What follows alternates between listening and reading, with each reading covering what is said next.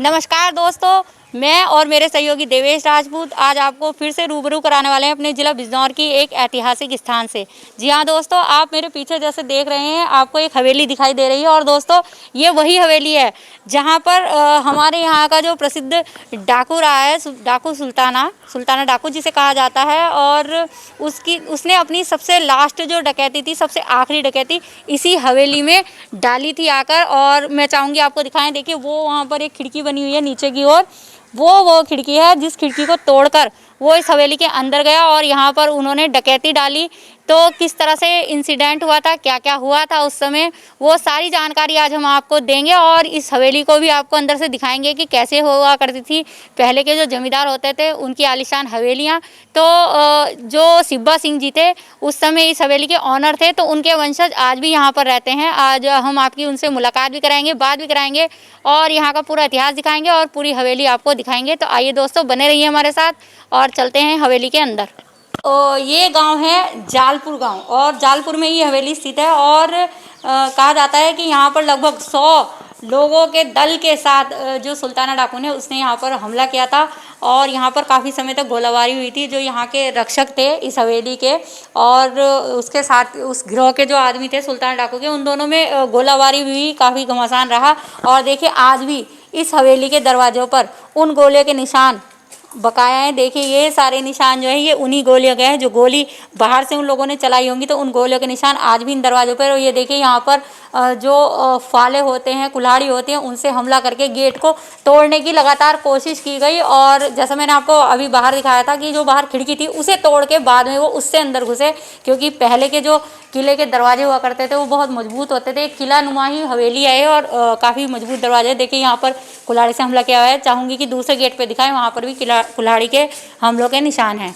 देखिए दोस्तों, यहाँ पर भी कुल्हाड़ी से हमला हुआ है। आप इन निशानों को देखकर ही उस समय जो सुल्ताना डाकू थे उसके हौसले का अनुमान लगा सकते हैं। तो दोस्तों आइए अब आपको हवेली के अंदर लिए चलते हैं और ये हवेली अंदर से दिखाते हैं, जो आज भी गवाह है सुल्ताना डाकू द्वारा डाली गई आखिरी डकैती की। आया देखिए, अब हम हवेली के अंदर खड़े हुए हैं। यहाँ पर हवेली बहुत बड़ी है, लगभग ये 15 बीघे में फैली हुई हवेली है और यहाँ की नक्काशी भी हम आपको दिखाएंगे, हवेली भी दिखाएंगे। शायद पूरी हवेली तो नहीं दिखा पाएंगे, इसमें इतने कमरे होंगे कि उन्हें गिनना भी मुश्किल है।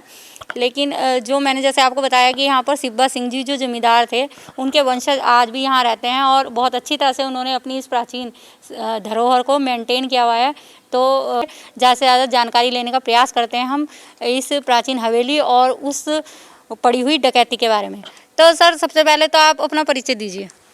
जी, मेरा नाम बलजीत सिंह है और मेरे पिताजी का नाम कुंवर दलवीर सिंह था जी। और मैं जो हूँ सिब्बा सिंह का वंशज हूँ। मतलब सिब्बा सिंह जो थे मेरी दादी के दादा थे।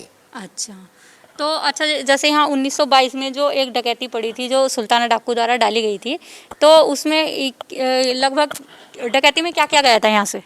देखो जी, डकैती तो जो थी वो मतलब एक तरीके से एक सुपारी थी। अच्छा। मेरी ग्रैंड मदर की और ग्रैंड मदर के ग्रैंडफादर की। अच्छा। जो हमारे जो कुटुंब वाले थे वो ये चाह रहे थे कि भाई ये जो जिम्मेदारी है इस बच्ची को मार दो और इस बुढ़े को मार दो तो ये जिम्मेदारी तुम पे आ जाएगी। अच्छा अच्छा। तो ये एक सुपारी थी, डकैती तो एक उसका बोनस था। अच्छा। और ये जो डकैती थी ये सन 22 में 20 मई को शाम 6 बजे पड़ी थी। अच्छा, तो उसमें क्या क्या गया था यहाँ से, मतलब कितना पैसा या क्या गया था? देखो जी, पैसा वैसा क्या, वो तो जो थाने में जो रिपोर्ट लिखी हुई है तो उसमें तो 17,200 या 17,800 रुपए की डकैती थी।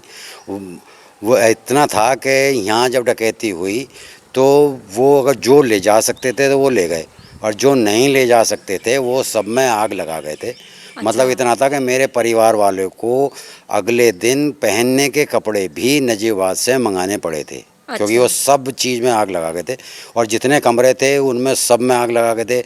यहाँ सोंठ होते हैं, ऊपर कड़ियाँ जिसे कहते हैं, जी। वो भी काली पड़ी हुई थी आग से। वो भी मैंने पेंट करा के ठीक कर लिए, लेकिन सब में मतलब वो आग लगा गए थे जो नहीं ले जा सके थे। जी, तो देखिए इतनी भयंकर डकैती यहाँ पर डाली गई, यानी कि जो वो ले जा सकते थे वो तो ले ही गए, लेकिन साथ ही साथ जो भी सामान था उस सब में आग लगाकर वो चले गए थे। तो किस तरह से इस झटके से ये जो परिवार है जमींदार उभरा होगा। वैसे तो अच्छा, एक बात मैं यहाँ कहना चाहूँगी, जैसे जो सुल्ताना डाकू है उसे तो ऐसे एक हीरो की तरह ज़्यादातर पेश किया जाता है। कहा जाता है कि वो अमीरों को लूटकर गरीबों के घर भरा करते, तो इस बात के बारे में क्या कहेंगे आप?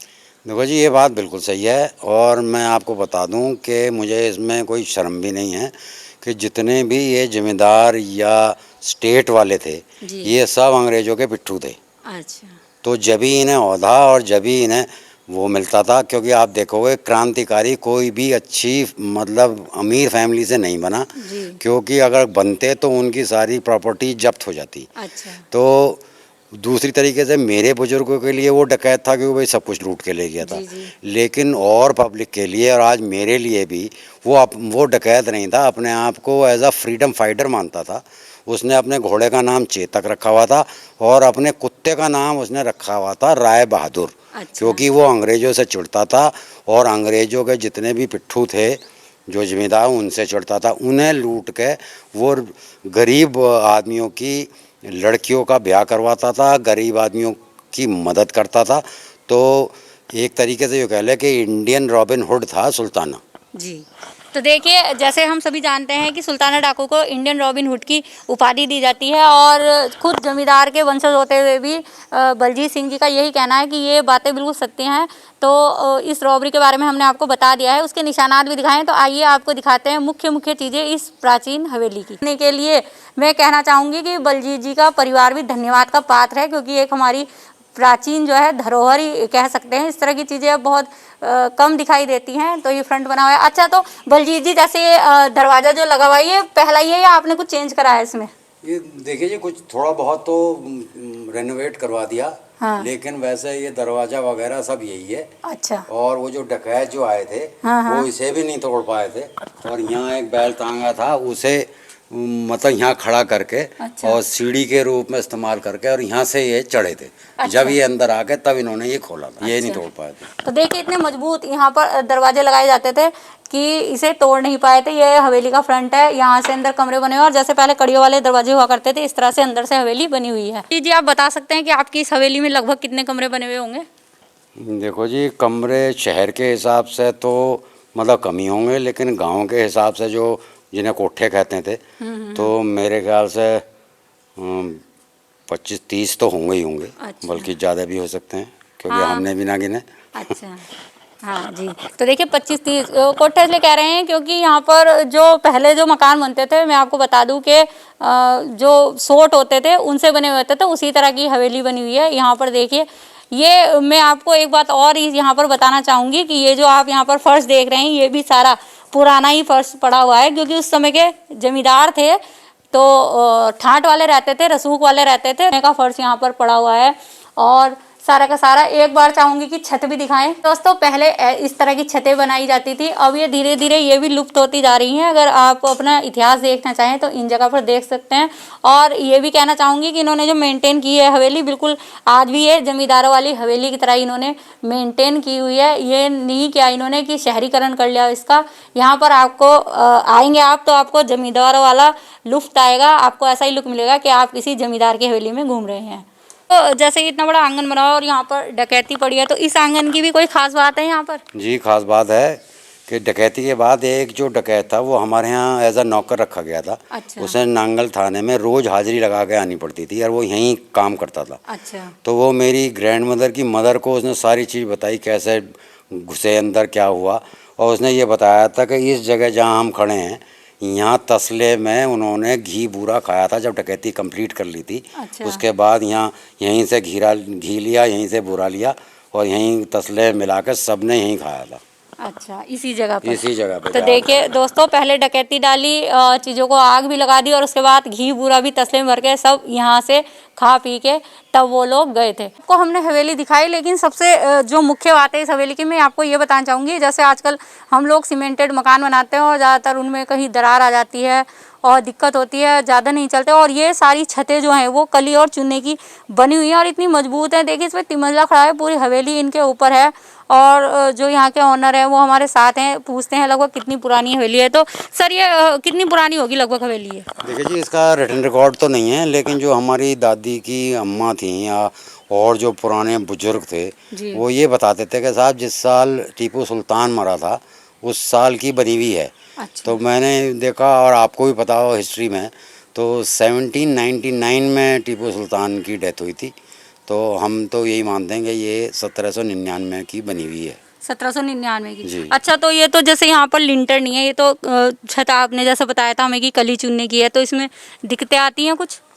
देखो जी, वैसे तो ये माना जाता है कि एक लिंटर की जो लाइफ होती है वो होती है 50 साल। जी। लेकिन कली चूने की छत की वो ये कहते हैं कि जितनी पुरानी होती रहेगी उतनी ज़्यादा मजबूत होती रहेगी। बस एक है कि इसमें पानी की लीकेज नहीं होनी चाहिए। अच्छा। तो वो हम पानी की लीकेज इसमें नहीं होने देते। हर बरसात से पहले हम जो भी दरारें हमें पता हैं वहाँ अपना हम वो सीमेंट का घोल करवा देते हैं। अच्छा, हर तो साल करवाना पड़ता है। अच्छा, तो बस देखभाल है इनकी, देखभाल है साहब बाकी इनकी। मजबूती है। बाकी मजबूती है। तो देखिए दोस्तों, ये आज ये वो हवेली है जो इतनी प्राचीन हवेली है और जहाँ पर सुल्ताना डाकू ने सबसे आखिरी अपनी जो है डकैती डाली थी। यहाँ पर हमें कई फोटोग्राफ्स भी मिले जो सुल्ताना डाकू के ओरिजिनल फोटोग्राफ हैं, जो यहाँ के ऑनर थे उनके फोटोग्राफ्स, वो सब हम आपके साथ इस वीडियो में शेयर करेंगे। तो दोस्तों, अगर आपको हमारी वीडियो अच्छी लगी हो तो प्लीज़ इसे लाइक कीजिएगा, शेयर कीजिएगा और कमेंट करके हमें